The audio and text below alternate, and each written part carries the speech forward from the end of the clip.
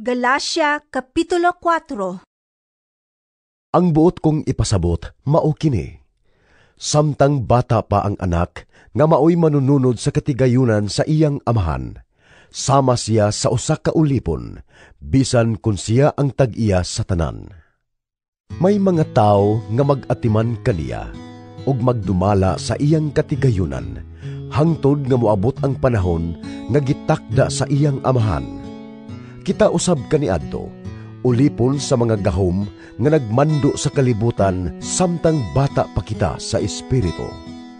Apan sa pag-abot na sa hustong panahon, gipadala sa Dios ang iyang anak.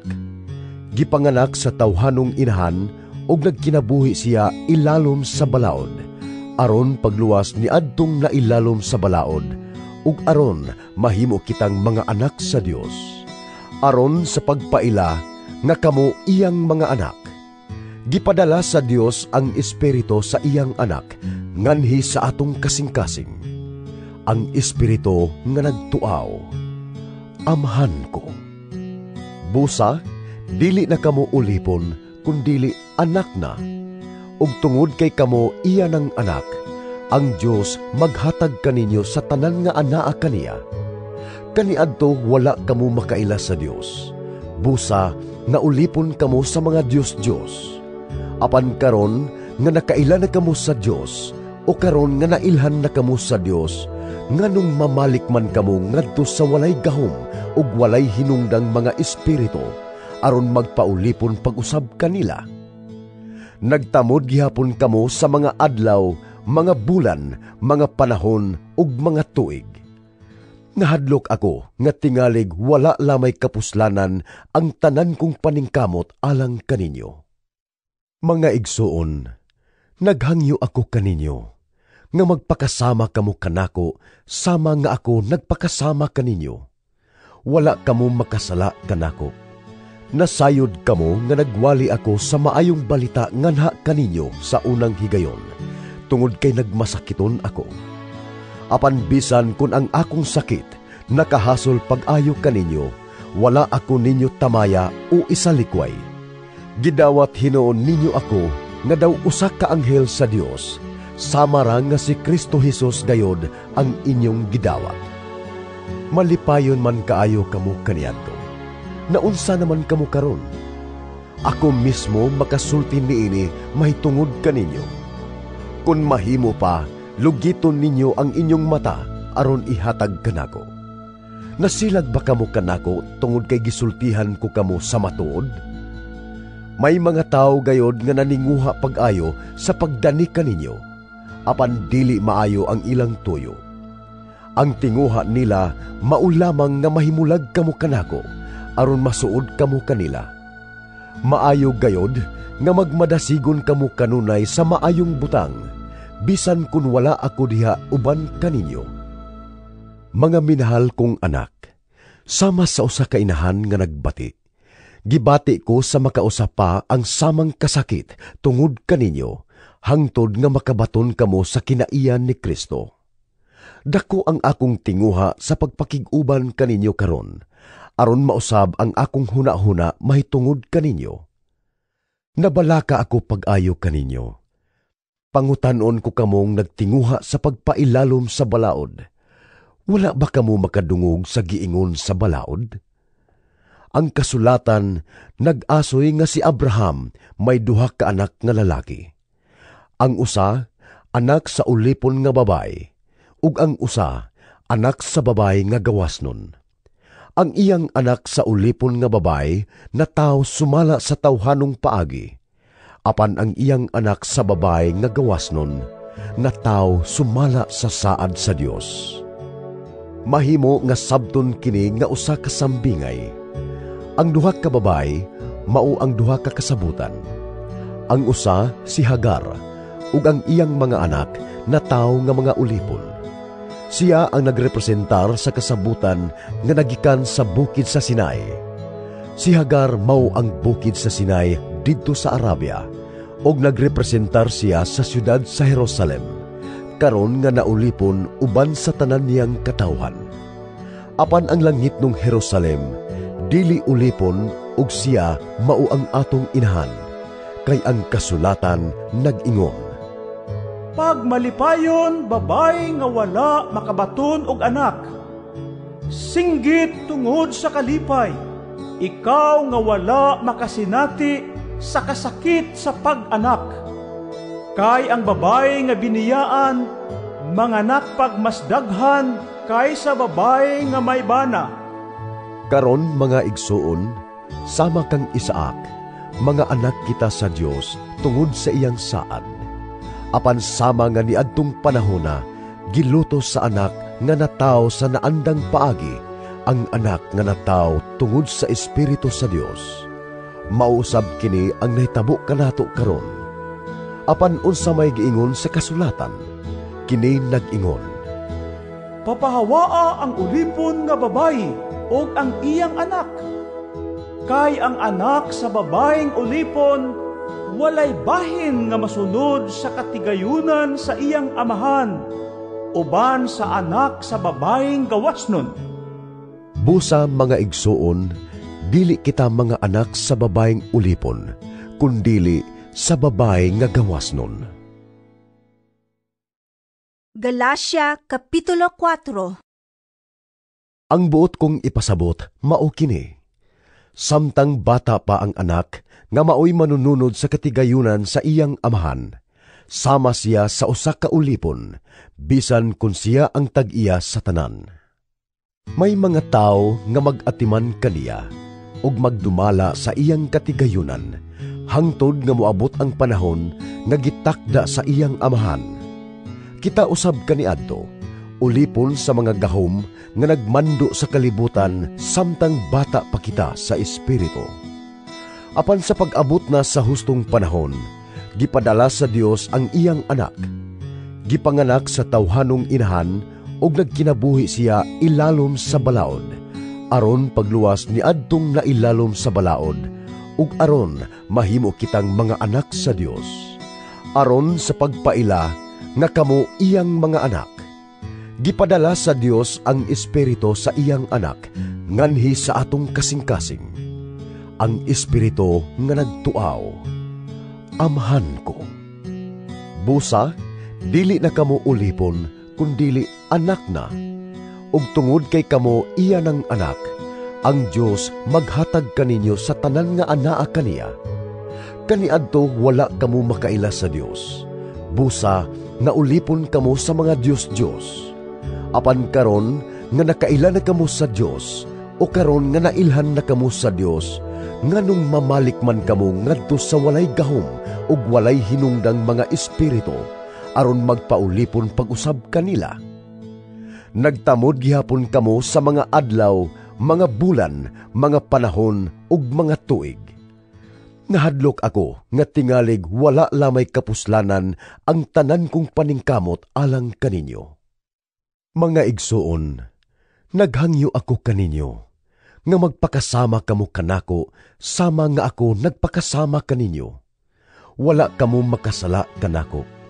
Nasayod kamo nga nagwali ako sa maayong balita nganha kaninyo sa unang higayon, tungod kay nagmasakiton ako. Apan bisan kun ang akong sakit nakahasol pag-ayo kaninyo, wala ako ninyo tamaya o isalikway. Gidawat hinoon ninyo ako nga daw usa ka anghel sa Dios, sama ra nga si Kristo Jesus gayod ang inyong gidawat. Malipayon man kaayo kamo kaniadto. Naunsa naman kamo karon? Ako mismo makasulti niini mahitungod kaninyo. Kun mahimo pa, lugiton ninyo ang inyong mata aron ihatag kanako. Nasilag ba kamo kanako tungod kay gisultihan ko kamo sa matuod? May mga tao gayod nga naninguha pag-ayo sa pagdani kaninyo, apan dili maayo ang ilang tuyo. Ang tinguha nila maulamang nga mahimulag kamo kanako, aron masuod kamo kanila. Maayo gayod nga magmadasigon kamo kanunay sa maayong butang, bisan kun wala ako diha uban kaninyo. Mga minahal kong anak, sama sa usa ka inahan nga nagbati, gibati ko sa makausap pa ang samang kasakit tungod kaninyo, hangtod nga makabaton kamo sa kinaiyan ni Kristo. Dako ang akong tinguha sa pagpakig-uban kaninyo karon, aron mausab ang akong huna-huna mahitungod kaninyo. Nabalaka ako pag-ayo kaninyo. Pangutanon ko kamong nagtinguha sa pagpailalom sa balaod. Wala ba kamo makadungog sa giingon sa balaod? Ang kasulatan nag-asoy nga si Abraham may duha ka anak nga lalaki. Ang usa, anak sa ulipon nga babae, ug ang usa, anak sa babae nga gawasnon. Ang iyang anak sa ulipon nga babae nataw sumala sa tawhanong paagi, apan ang iyang anak sa babae nga gawasnon nataw sumala sa saad sa Dios. Mahimo nga sabton kini nga usa ka sambingay. Ang duha ka babae mao ang duha ka kasabutan. Ang usa si Hagar, ug ang iyang mga anak nataw nga mga ulipon. Siya ang nagrepresentar sa kasabutan nga nagikan sa bukid sa Sinai. Si Hagar mao ang bukid sa Sinai didto sa Arabia, ug nagrepresentar siya sa siyudad sa Jerusalem, karon nga naulipon uban sa tanan niyang katawhan. Apan ang langit ng Jerusalem dili ulipon, ug siya mao ang atong inahan, kay ang kasulatan nag-ingon, Pag malipayon, babay nga wala makabaton og anak.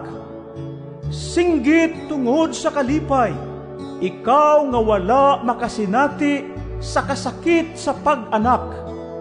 Kay ang babay nga biniyaan, manganak pagmasdaghan kaysa babay nga may bana. Karon mga igsuon, sama kang Isaak, mga anak kita sa Dios tungod sa iyang saad. Apan sama nga niadtong panahona, gilutos sa anak nga nataw sa naandang paagi, ang anak nga nataw tungod sa Espiritu sa Dios. Mausab kini ang nahitabo kanato karon. Apan unsa may giingon sa kasulatan, kini nag-ingon, Papahawaa ang ulipon nga babayi og ang iyang anak. Kay ang anak sa babaeng ulipon walay bahin nga masunod sa katigayunan sa iyang amahan, uban sa anak sa babaeng gawasnon. Busa mga igsuon, dili kita mga anak sa babaeng ulipon, kundili sa babae nga gawasnon. Galacia Kapitulo 4. Ang buot kong ipasabot, mao kini. Samtang bata pa ang anak, nga maoy manununod sa katigayunan sa iyang amahan, sama siya sa usa ka ulipon, bisan kun siya ang tag-iya sa tanan. May mga tao nga mag-atiman kaniya, ug magdumala sa iyang katigayunan, hangtod nga moabot ang panahon nga gitakda sa iyang amahan. Kita usab kaniadto, ulipon sa mga gahom nga nagmando sa kalibutan samtang bata pa kita sa espiritu. Apan sa pag-abot na sa hustong panahon, gipadala sa Dios ang iyang anak. Gipanganak sa tawhanong inahan ug nagkinabuhi siya ilalom sa balaod, aron pagluwas ni adtong nailalom sa balaod, ug aron mahimo kitang mga anak sa Dios. Aron sa pagpaila nga kamo iyang mga anak. Gipadala sa Dios ang Espiritu sa iyang anak, nganhi sa atong kasing-kasing. Ang Espiritu nga nagtuaw. Amhan ko. Busa, dili na kamo ulipon, kundili anak na. Ug tungod kay kamo iya ng anak, ang Dios maghatag kaninyo sa tanan nga anaa kaniya. Kaniadto wala kamo makaila sa Dios. Busa, naulipon kamo sa mga Diyos-Diyos. Apan karon nga nakaila na kamo sa Dios, o karon nga nailhan na kamo sa Dios, nganong mamalik man kamo ngadto sa walay gahom ug walay hinungdang mga espiritu, aron magpaulipon pag-usab kanila. Nagtamod gihapon kamo sa mga adlaw, mga bulan, mga panahon ug mga tuig. Nahadlok ako nga tingalig wala lamay kapuslanan ang tanan kong paningkamot alang kaninyo. Mga igsuon, naghangyo ako kaninyo, nga magpakasama kamo kanako, sama nga ako nagpakasama kaninyo. Wala kamo makasala kanako. Nasayod kamo nga nagwali ako sa maayong balita nganha kaninyo sa unang higayon, tungod kay nagmasakiton ako. Apan bisan kun ang akong sakit nakahasol pag-ayo kaninyo, wala ako ninyo tamaya o isalikway. Gidawat hinuon ninyo ako nga daw usa ka anghel sa Dios, sama ra nga si Kristo Jesus gayod ang inyong gidawat. Malipayon man kaayo kamo kaniadto. Naunsa naman kamo karon? Ako mismo makasulti niini mahitungod kaninyo. Kung mahimo pa, lugiton ninyo ang inyong mata aron ihatag kanako. Nasilag ba kamo kanako tungod kay gisultihan ko kamo sa matuod? May mga tao gayod nga naninguha pag-ayo sa pagdani kaninyo, apan dili maayo ang ilang tuyo. Ang tinguha nila maulamang nga mahimulag kamo kanako, aron masuod kamo kanila. Maayo gayod nga magmadasigon kamo kanunay sa maayong butang, bisan kun wala ako diha uban kaninyo. Mga minahal kong anak, sama sa usa ka inahan nga nagbati, gibati ko sa makausapa ang samang kasakit tungod kaninyo, hangtod nga makabaton kamo sa kinaiyan ni Kristo. Dako ang akong tinguha sa pagpakig-uban kaninyo karon, aron mausab ang akong huna-huna mahitungod kaninyo. Nabalaka ako pag-ayo kaninyo.